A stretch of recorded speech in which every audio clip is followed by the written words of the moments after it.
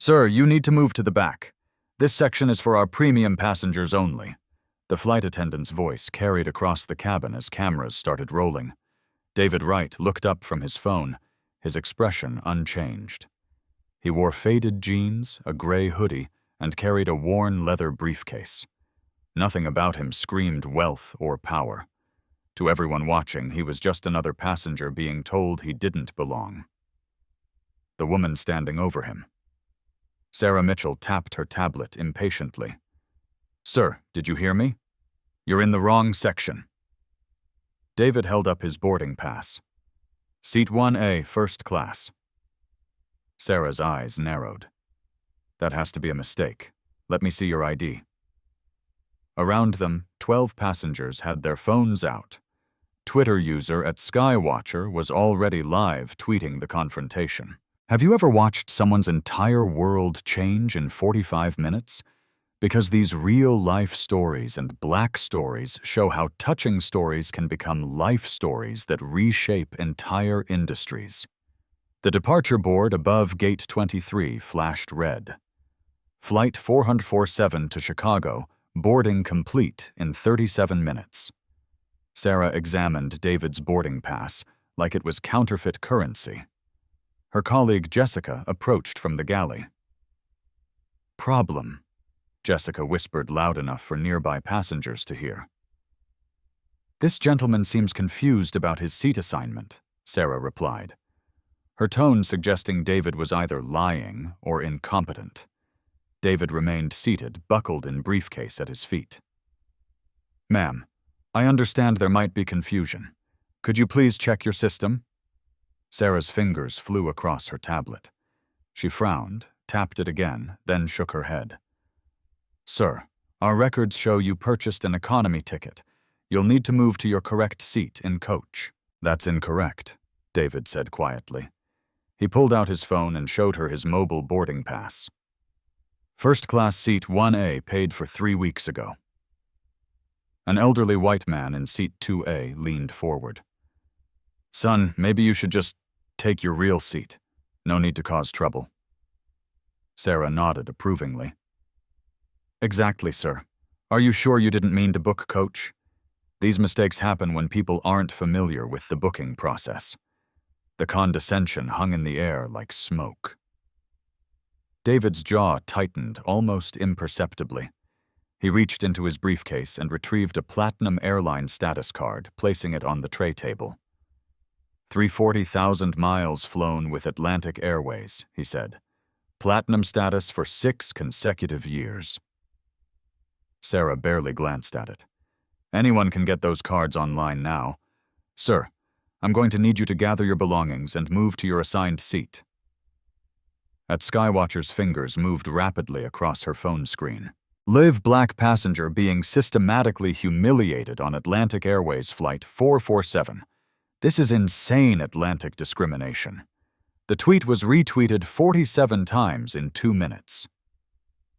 Captain James Rodriguez emerged from the cockpit. At 52, he commanded respect through presence alone.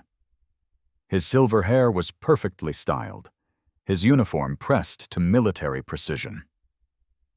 "What's the situation?" he asked Sarah, not looking at David. "Passenger in the wrong seat won't move to coach where he belongs." Rodriguez sized up David with a glance. Hoodie jeans sneakers. His assessment was immediate and wrong. "Sir, you're holding up departure. I need you to take your correct seat immediately."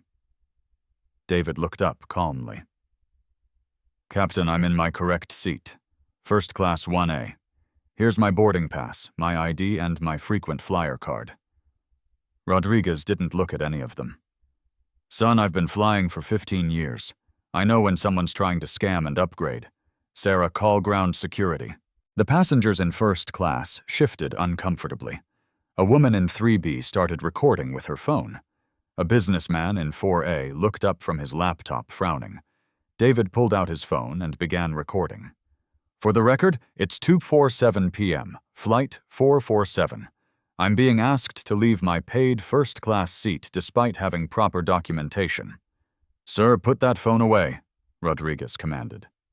"You're being disruptive." I'm documenting discrimination, David replied evenly. Sarah was already on her radio.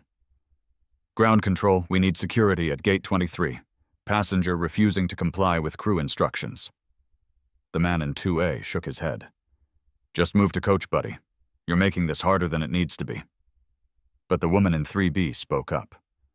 Wait, he showed you his boarding pass. Why aren't you checking it? Sarah's face reddened. Ma'am, please don't interfere. This gentleman clearly purchased an economy ticket and is trying to get a free upgrade. How do you know that? The woman pressed. Experience, Sarah replied curtly. David made a phone call. The conversation was brief, his voice low. Yeah, I'm running late. Start without me. I'll handle this personally. Rodriguez overheard. Handle what? Sir, who are you calling David? Didn't answer. He was taking notes on his phone, documenting every word, every action. At Skywatcher's follower count jumped by 300 as her live stream gained traction. Comments flooded in. This is 2025. How is this still happening, Sue? Them record everything. The gate agent's voice echoed through the terminal. Final boarding call for Flight 447 to Chicago. All remaining passengers please board immediately. 2 security officers approached. Mike Santos, a 20-year veteran, and Lisa Chen. What's the problem? Santos asked. Rodriguez pointed at David. Passenger in wrong seat, refusing to move, being disruptive. Santos looked at the scene. A well-dressed man sitting calmly in first class, surrounded by crew members and passengers with phones out. Sir, can I see your boarding pass? David handed it over without protest. Santos examined it carefully, compared it to David's ID, then looked at his radio. This shows first class seat 1A, Santos, said to Rodriguez. It's clearly fraudulent, Sarah interjected. He's trying to scam and upgrade. Santos looked at her skeptically. Ma'am, these boarding passes come directly from your system. How would it be fraudulent? Sarah faltered. Well, these people know how to manipulate the system. The words hung in the air. Even passengers who hadn't been paying attention looked up. These people wasn't subtle. David remained perfectly still, but his eyes met Santos. The security officer had heard those words before, understood their meaning. Sir Santos said to David, would you mind stepping off the aircraft for a moment, just to verify everything with the gate agent? It was a reasonable request, delivered respectfully. David nodded and stood. As he gathered his briefcase, his phone buzzed. A text message flashed briefly on the screen before he closed it. The woman in 3B caught a glimpse. Board meeting moved to conference room A, emergency session. She frowned, wondering what kind of emergency board meeting a coach passenger would know about. The departure board now showed Flight 447 delayed 23 minutes. Ground Supervisor Janet Williams arrived at Gate 23 with purposeful strides. She'd been with Atlantic Airways for 12 years, worked her way up from baggage handler to supervisor. She prided herself on handling difficult situations. What's the holdup? She asked Santos. Passenger verification? He replied, handing her David's documents. Janet examined everything with theatrical thoroughness. Boarding pass ID frequent flyer card. She looked from the documents to David, then back to the documents. Mr. Wright, these appear to be in order. However, given the crew's concerns about your behavior, I think it's best if we reseat you in coach for this flight. David's voice remained level. What behavior? I was sitting quietly in my assigned seat. You are being argumentative with the flight crew. I was providing documentation when they claimed I was in the wrong seat. Janet's expression hardened. Sir, arguing with me won't help your cause. You can take your assigned coach seat, or you can take the next flight. Those are your options. Back on the plane at Skywatcher's live stream had exploded. The hashtag Atlantic Airways discrimination was trending. Her viewer count hit 1,500 and climbing. Her commentary was running live. They forced him off the plane now. This man has a first-class ticket, showed multiple forms of ID, and they're treating him like a criminal. This is what discrimination looks like in 2025. Comments poured in faster than she could read them. Save this video as evidence. What's his name? He needs a lawyer. Atlantic Airways stock is going to tank. Someone find out who this guy is. Inside the terminal, other passengers from the flight had gathered to watch. Several were recording. A teenage girl was streaming on TikTok. A businessman was updating his LinkedIn feed. David looked at his watch. A habit, perhaps, but Janet noticed it was expensive. Very expensive. More than her monthly salary expensive. "Sir, I need your decision coach seat or next flight." "May I speak with your district manager?" David asked. Janet laughed. "The district manager? Sir, I'm the senior supervisor on duty. I have full authority here." "I understand your position," David replied. "However, I'd like to escalate this to your district manager. You can file a complaint online like everyone else." Several first-class passengers had come out to watch. The woman from 3B, now identified as Dr. Patricia Voss, stepped forward.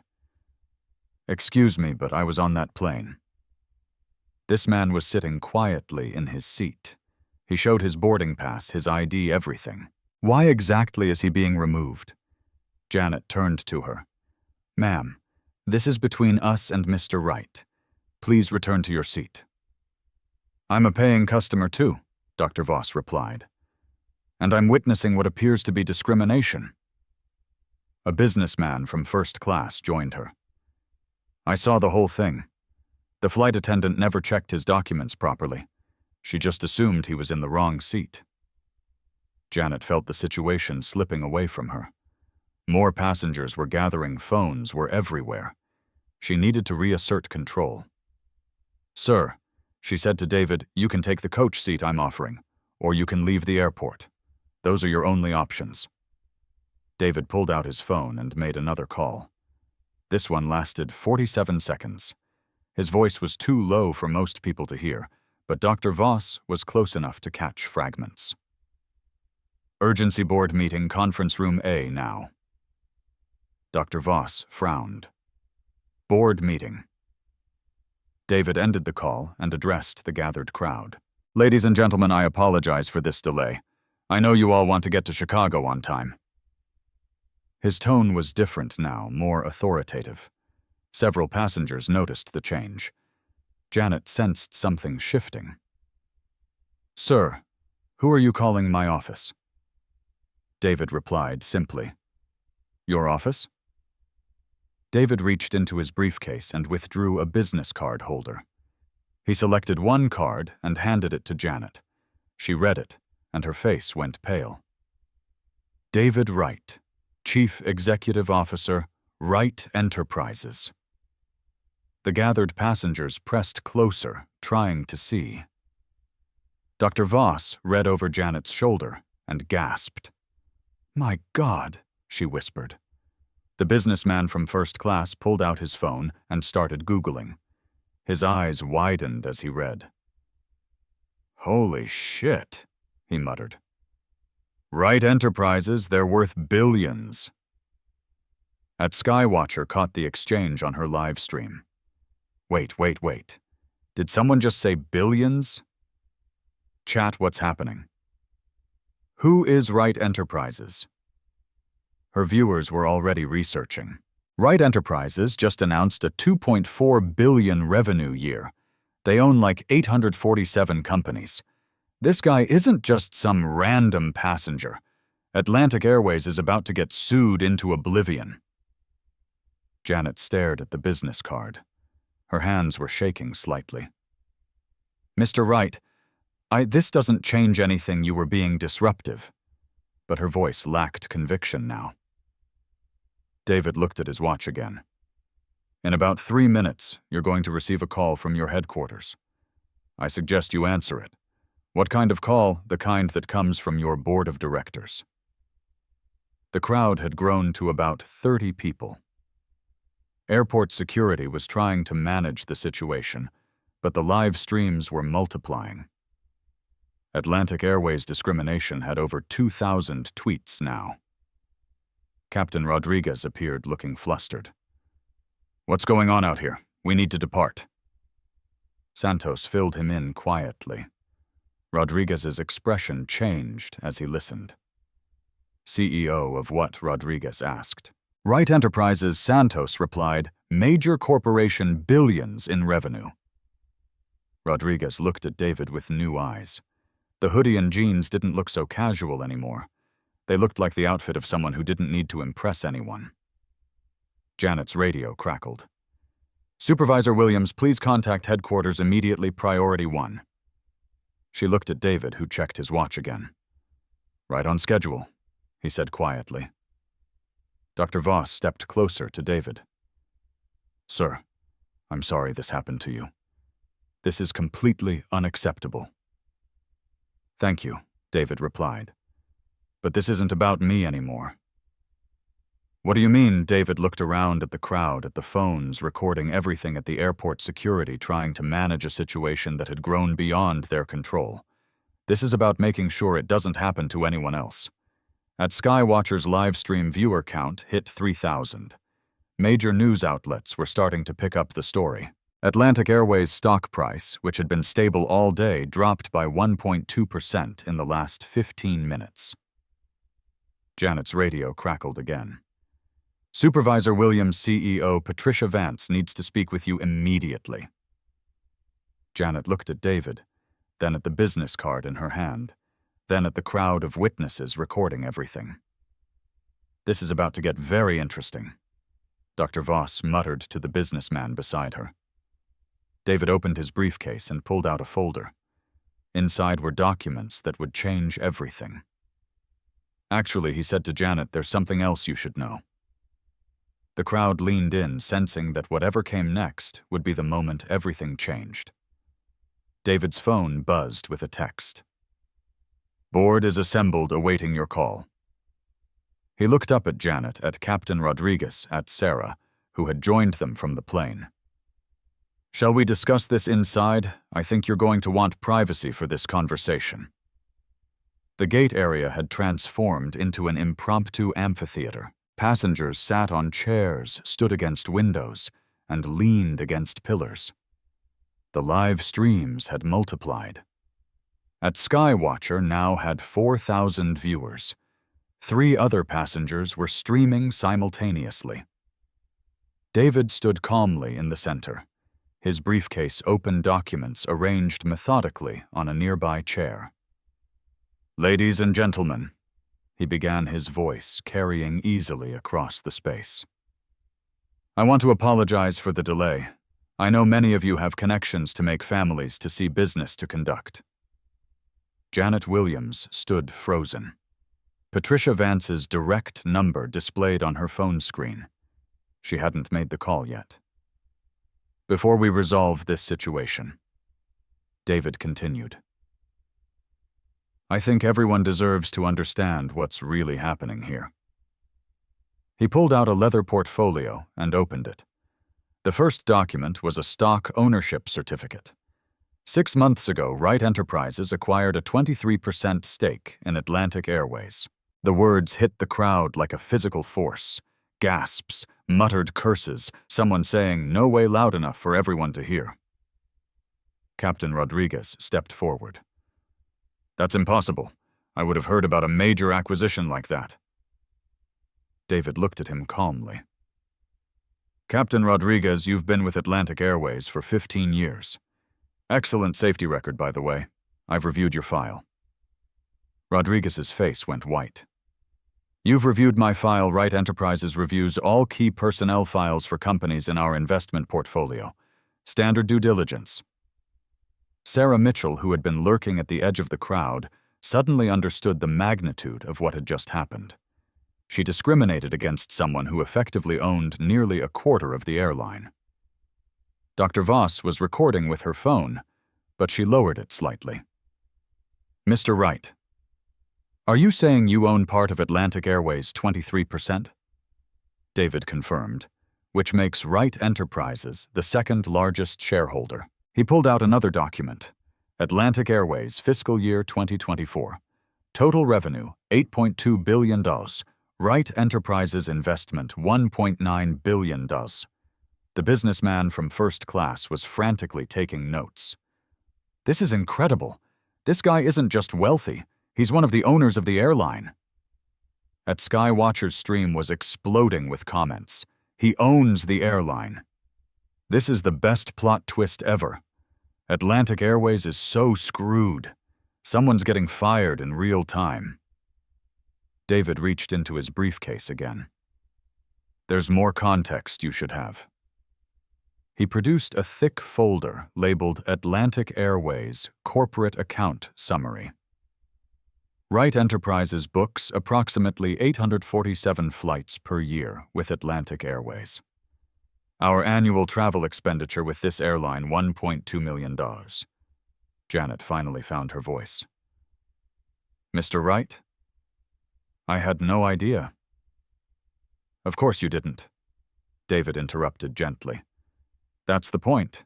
A customer's treatment shouldn't depend on their net worth or their position. It should be consistent and respectful. He opened the folder and pulled out several pages. My personal account with Atlantic Airways Platinum status for 6 consecutive years, 340,000 miles flown. Last year alone, I took 63 flights with this airline. Captain Rodriguez was staring at the documents like they might disappear if he blinked. Sir, we had no way of knowing. Captain, that's exactly the problem, David replied. You made assumptions based on my appearance. You never checked my credentials. You called security without verifying the facts. Sarah's voice was barely a whisper. Mr. Wright, I'm so sorry I didn't realize. Mitchell, David said, consulting a document. 8 years with Atlantic Airways, generally positive performance reviews. 2 customer complaints in your file, both involving passengers of color. The implication hung in the air like a blade. Dr. Voss stepped closer. Mr. Wright, what happens now? David looked at his watch. In about 90 seconds, Janet's going to get another call from headquarters, because right now there's an emergency board meeting happening in Atlantic Airways, Chicago. As if on cue, Janet's phone rang. The caller ID showed Patricia Vance, CEO. David nodded to her. You should take that, put it on speaker. Janet's hands were shaking as she answered. Ms. Vance. Janet, is David Wright with you? The CEO's voice was tense. Yes, ma'am.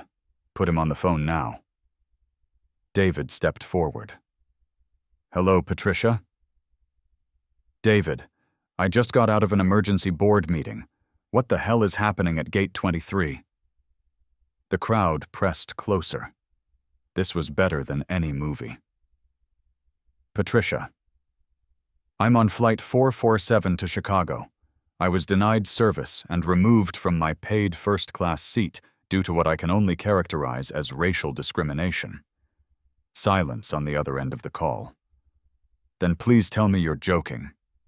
I'm afraid not. The incident has been live-streamed by multiple passengers. It's trending on social media. Your stock is down 1.4% in the last hour. Jesus Christ. David pulled out his phone and showed the screen to the crowd. Multiple social media feeds were visible, all showing the hashtag Atlantic Airways discrimination trending. Patricia, are you familiar with Section 12.3 of our shareholder agreement? Another pause. The material incident clause, correct. Discrimination against passengers constitutes a material incident that triggers a governance review. Dr. Voss whispered to the businessman. He's not just complaining, he's activating legal procedures. David Patricia's voice came through the speaker. What do you need? First, I need your flight crew to understand that they've created a significant legal and public relations crisis for Atlantic Airways. Captain Rodriguez was staring at the phone like it might explode. Second, I need immediate corrective action that demonstrates Atlantic Airways' commitment to equal treatment of all passengers. Whatever you need. David looked around the crowd at the phones, still recording at Janet's pale face at Sarah, who looked like she might faint. And third, Patricia. I need you to understand that this isn't about me. It's about the thousands of passengers who experience discrimination every year, but don't have the resources or platform to fight back. The crowd was silent now.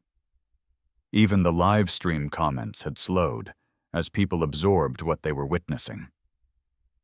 David, I'm authorizing whatever actions you deem appropriate. Full authority. David nodded. Thank you. I'll have recommendations within the hour. He ended the call and looked around the gate area. 50 people were staring at him. Multiple live streams were broadcasting to thousands more. There's one more thing you should know, David said. He reached into his briefcase and pulled out a final document. This one was different, more official-looking with multiple signatures and seals. Last year, Atlantic Airways received an anonymous donation of $500,000 to fund diversity and inclusion training. He held up the document. The donation came from the Right Foundation, my foundation. The revelation hit like a thunderclap. Sarah actually gasped out loud. I've been trying to help this airline improve its culture for over a year, David continued. Today I experienced firsthand why that help is desperately needed. At Skywatcher's voice came through her live stream. Chat, are you getting this? This man has been trying to help the airline and they discriminated against him. This is unreal. David closed his briefcase with deliberate precision. Now, shall we discuss how to ensure this never happens again? Janet's phone rang again. This time, it was the Atlantic Airways legal department. The real work was about to begin. Conference Room A at Atlantic Airways headquarters was normally used for quarterly reviews and budget meetings. Today, it had become the epicenter of a corporate crisis. Patricia Vance sat at the head of the mahogany table surrounded by 8 board members, the company's legal team, and her senior vice presidents. The room's video wall displayed 3 feeds. The live stream from Gate 23, Atlantic Airways stock chart showing a steady decline, and a Twitter analytics dashboard tracking Atlantic Airways discrimination. Patch Mr. Wright through to the main screen, Patricia ordered. David appeared on the 75-inch display, standing calmly in the gate area with Janet Williams beside him. The crowd of passengers was still gathered, phones still recording. David, you have the floor, Patricia said. David had positioned himself so the crowd could hear both sides of the conversation. This wasn't going to be a private settlement discussion. This was going to be transparency in real time. Thank you, Patricia. Before we discuss solutions, I think the board needs to understand the full scope of what happened here. He gestured to Sarah Mitchell, who had reluctantly joined the group at the gate podium.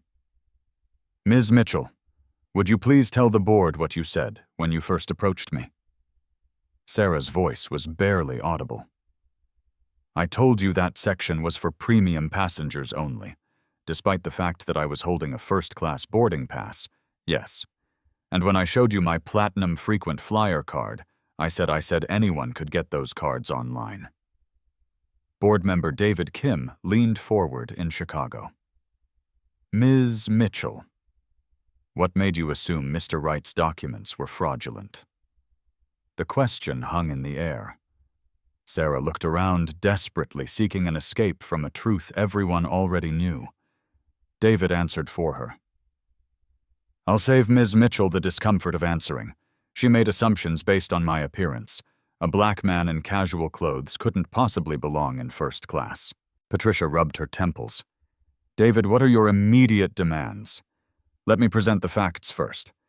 Then we'll discuss solutions. David pulled out his tablet and connected it to his phone's hotspot. Within seconds, he was sharing his screen with the conference room. Atlantic Airways financial performance, Q4, 2024. Total passengers 47.2 million. Customer satisfaction rating 3.2 out of 5. Industry average 3.8. The board members were taking notes furiously. Discrimination complaints filed with the Department of Transportation against Atlantic Airways in 2024, 147. That's 43% higher than the industry average. Patricia's face was grim. David, we weren't aware the numbers were that high. Because your complaint resolution system is designed to discourage reporting, not encourage it. David pulled up another slide. Wright Enterprises annual travel spending breakdown. Atlantic Airways, $1.2 million. American Airlines, $800,000. Delta, $650,000. The implications were clear. Atlantic Airways was getting the largest share of a multi-million-dollar corporate travel budget. However, David continued, given today's incident, Wright Enterprises will be reviewing all vendor relationships for alignment with our corporate values. Board member Sarah Rodriguez spoke up. Mr. Wright, what would constitute appropriate resolution from your perspective? David looked around the gate area at the passengers still watching at the live streams, still broadcasting. First, immediate termination of all personnel involved in the discriminatory actions. Sarah Mitchell's knees buckled slightly. Captain Rodriguez closed his eyes. Second, implementation of comprehensive bias training for all customer-facing staff within 30 days. Patricia nodded, agreed. Third, establishment of an anonymous reporting system for discrimination incidents managed by a third-party organization. Also agreed. Fourth, creation of a $500,000 fund dedicated to diversity and inclusion initiatives. The board members exchanged glances. $500,000 was significant, but not catastrophic. And fifth, David continued a public apology from Atlantic Airways, acknowledging systemic failures in equal treatment of passengers. Patricia paused. David, a public apology could expose us to significant legal liability. Patricia, your current legal liability is already significant. There are approximately 4,000 people watching this conversation live. Your stock has dropped 2.1% in the last 2 hours. Your choice is between controlled transparency and uncontrolled crisis. Legal counsel whispered something in Patricia's ear. She nodded grimly. A conditions accepted, she announced. The crowd at the gate erupted in applause. At Skywatcher's comment section exploded with celebration emojis. But David wasn't finished. There's one additional requirement, he said. The conference room fell silent. I want real-time implementation, not promises, not future commitments. Changes implemented within 72 hours. That's impossible, protested VP of Operations Michael Torres. Union agreements, legal reviews, system updates, David interrupted. Michael, I've reviewed your operational capabilities. When weather emergencies require rapid schedule changes, you can reorganize your entire system in 6 hours. When you have the will, you have the way. Patricia leaned back in her chair. What specifically do you need in 72 hours? David pulled up another document on his tablet. Miss Mitchell and Captain Rodriguez terminated within 24 hours.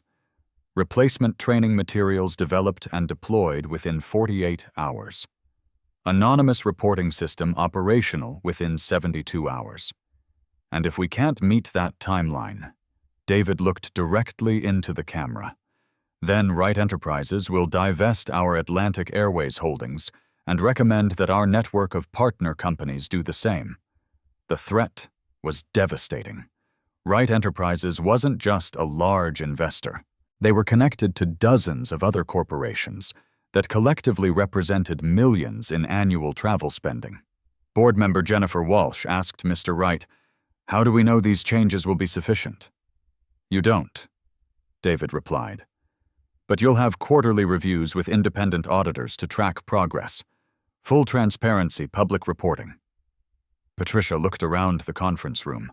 Her board members were nodding. The legal team was scribbling notes frantically. The stock price continued its decline. "David, we accept all conditions." The crowd at the gate erupted again. Several passengers were wiping away tears. Dr. Voss was shaking her head in amazement, but David still wasn't done. "There's one final element," he said. "Personal accountability." Patricia's expression tightened. "What do you mean executive compensation should be tied to diversity and inclusion metrics, starting with your compensation?"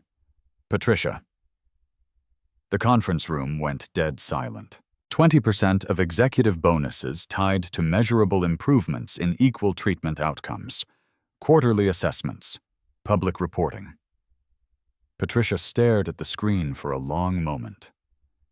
Around the conference table, 8 board members waited for her response. "Agreed," she said finally. David nodded. "Then we have a framework for moving forward." He looked around the gate area one more time. "Ladies and gentlemen, I apologize again for the delay. However, I hope you can see that sometimes delays serve a greater purpose." The crowd broke into sustained applause. Janet Williams stepped forward. "Mr. Wright, what happens now?" David smiled for the first time since the incident began. "Now, Janet, we fix the system, and we make sure every passenger is treated with dignity and respect." He looked back at the camera. "Patricia, I'll expect the implementation timeline by email within 4 hours. You'll have it in 2, she replied. David closed his tablet and picked up his briefcase. "Now I believe Flight 447 was supposed to depart 45 minutes ago. Shall we get these passengers to Chicago?" The transformation was immediate. Janet was issuing instructions to her staff. Sarah Mitchell was being escorted away by airport security. Captain Rodriguez was having his credentials reviewed by supervisors. A new flight crew was already being assembled. Addressing another address, Skywatcher addressed her live stream audience chat. "I don't think I've ever seen anything like this. One man just changed an entire airline's policies in real time." As David finally boarded his flight in seat 1A, first class, Dr. Voss leaned over from 3B. "Mr. Wright, that was incredible.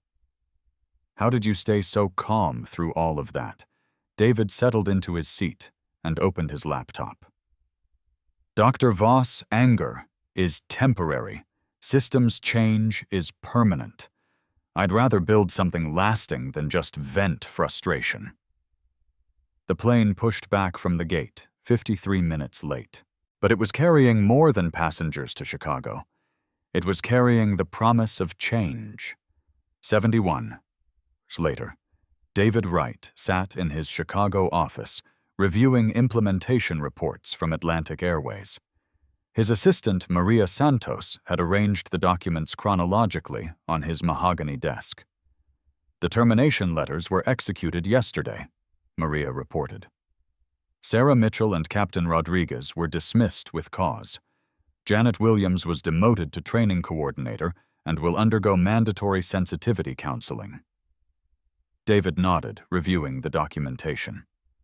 "What about the replacement protocol's new crew training materials went live this morning? Every Atlantic Airways employee will complete 8 hours of bias recognition training within the next 30 days. The anonymous reporting system launched at 6 a.m. His phone buzzed with a news alert. Atlantic Airways stock rebounds after swift discrimination response, shares up 3.2%. The market had responded positively to decisive action. Investors appreciated companies that addressed problems quickly rather than letting them fester." Patricia Vance had appeared on CNBC that morning, announcing the Dignity in the Skies initiative. The interview had been watched 847,000 times in 6 hours.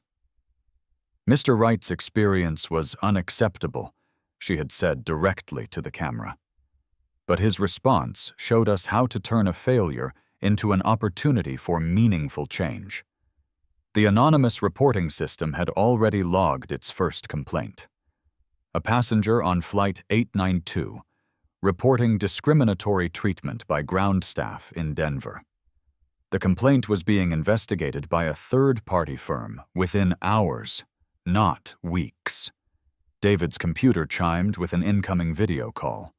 Patricia Vance appeared on screen looking considerably more relaxed than she had 3 days ago. "David, I wanted to give you the first quarterly report personally." She shared her screen showing a comprehensive dashboard of metrics. Discrimination complaints down 67% in just 3 days. Customer satisfaction surveys show marked improvement. Most importantly, we've had 12 employees proactively report bias incidents they've witnessed. David leaned back in his chair. "That's the real victory, Patricia. When employees feel empowered to speak up. The training program has been requested by 6 other airlines. We're licensing it through a non-profit organization with proceeds funding diversity scholarships." "Excellent. What about the executive compensation metrics?" Patricia smiled. "Board approved unanimously 20% of all C-suite bonuses now tied to diversity and inclusion outcomes. First quarterly review is next month." David pulled up his own metrics dashboard. Wright Enterprises tracked their vendor relationships meticulously. "Atlantic Airways is back to being our preferred airline partner," he confirmed. "Wright Enterprises will increase our travel spending by 15% this quarter. That's wonderful news." "David, I have to ask, how did you know exactly what levers to pull?" David considered the question. "Patricia, I've been discriminated against before, but I've also been in boardrooms for 20 years. I understand how corporations make decisions. The key is aligning moral imperatives with business incentives. The whole incident has become a Harvard Business School case study," Patricia mentioned. "They're calling it stakeholder activism in real time." After ending the call, David walked to his office window overlooking Lake Michigan. The view reminded him why he loved Chicago, a city built by immigrants and outsiders who refuse to accept limitations. His phone rang. Dr. Patricia Voss from Flight 447. "Mr. Wright, I hope you don't mind me calling. I got your number from your foundation's website." "Not at all, Dr. Voss. How can I help you?" "I wanted to tell you that what you did inspired me to take action in my own workplace," Dr. Voss said. "I'm head of emergency medicine at Northwestern Memorial. We've had our own issues with bias in patient treatment. I presented your Atlantic Airways case to our board last week." David smiled. What was their response? "We're implementing a similar anonymous reporting system for bias incidents, and we're requiring all staff to complete unconscious bias training. Your approach using data and systematic change rather than individual blame, it really resonated." "That's exactly what needs to happen," David replied. "One incident becomes a catalyst for broader change. The medical community is calling it the Wright Protocol, using documented discrimination incidents to drive institutional reform rather than just individual punishment." After Dr. Voss hung up, David reviewed the broader impact metrics his team had compiled. The hashtag #DignityInSkies had been used 47,000 times across social media platforms, but more importantly, it had spawned 12 copycat initiatives at other transportation companies. Greyhound bus lines had announced their own bias training program. Amtrak had hired a chief diversity officer. 3 major hotel chains had implemented anonymous reporting systems. His assistant brought in a stack of letters from passengers who had experienced similar discrimination. Each letter shared a story thanked David for speaking up, and many included documentation of their own incidents. One letter stood out. It was from a young black woman named Angela Thompson, a recent MBA graduate. Mr. Wright, I was on United Flight 237 last month and experienced almost identical treatment to yours, but I didn't have your resources or platform. I just endured it and filed a complaint that went nowhere. Watching your live stream showed me that discrimination doesn't have to be accepted silently. I'm now working with the ACLU to document systematic bias in airline treatment. Thank you for showing that change is possible. David added Angela's letter to a growing file. Her case would become part of a larger class action lawsuit that would ultimately force industry-wide changes. The true measure of success wasn't just Atlantic Airways reforms. It was the ripple effect across an entire industry. 3 months later, the Department of Transportation announced new federal guidelines requiring airlines to track and publicly report discrimination complaints. The regulations were nicknamed the Atlantic Airways Rules after the incident that sparked them. David received a call from Transportation Secretary Michael Rodriguez, no relation to the terminated captain. Mr. Wright, your Atlantic Airways case provided the political momentum we needed to implement comprehensive anti-discrimination regulations. 6 major airlines have already adopted your recommended protocols voluntarily, rather than wait for federal mandates. The Wright Foundation had expanded its focus to transportation equality funding legal representation for passengers facing discrimination. In 6 months, they had supported 43 cases across airlines, bus companies, and rideshare services. David often reflected on the moment when Sarah Mitchell first told him to move to the back of the plane. That single incident of discrimination had become a catalyst for systematic change affecting millions of travelers. But the most satisfying outcome was personal. Last month, David had flown Atlantic Airways Flight 447 again, the same route, the same aircraft type.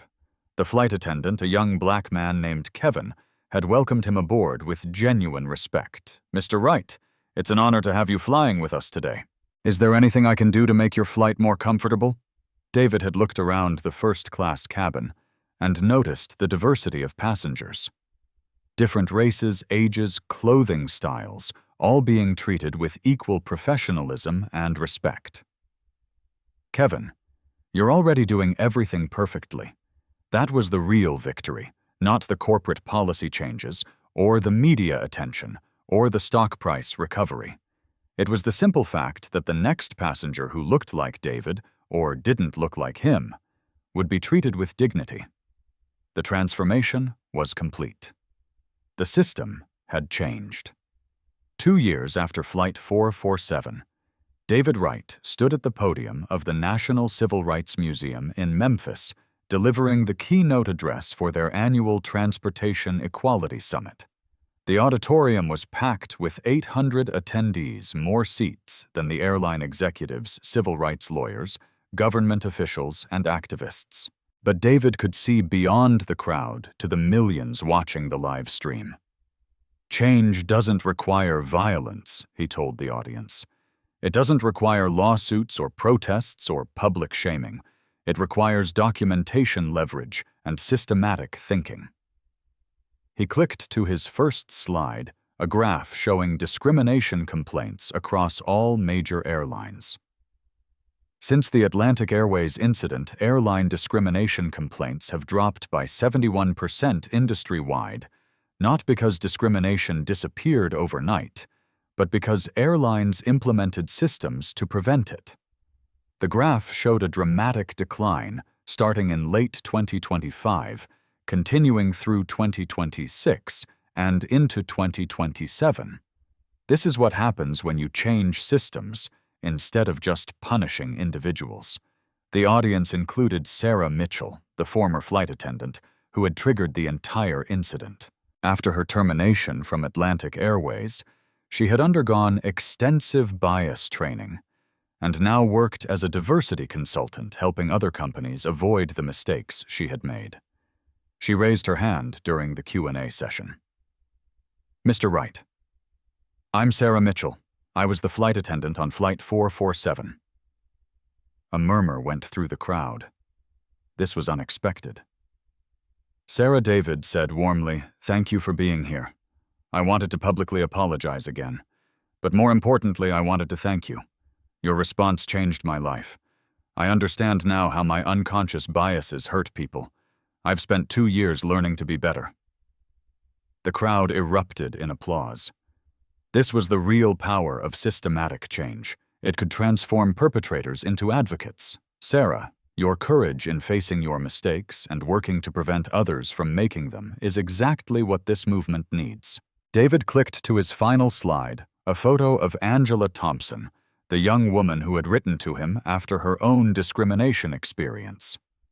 Angela Thompson used documentation and legal advocacy to win a landmark settlement against United Airlines.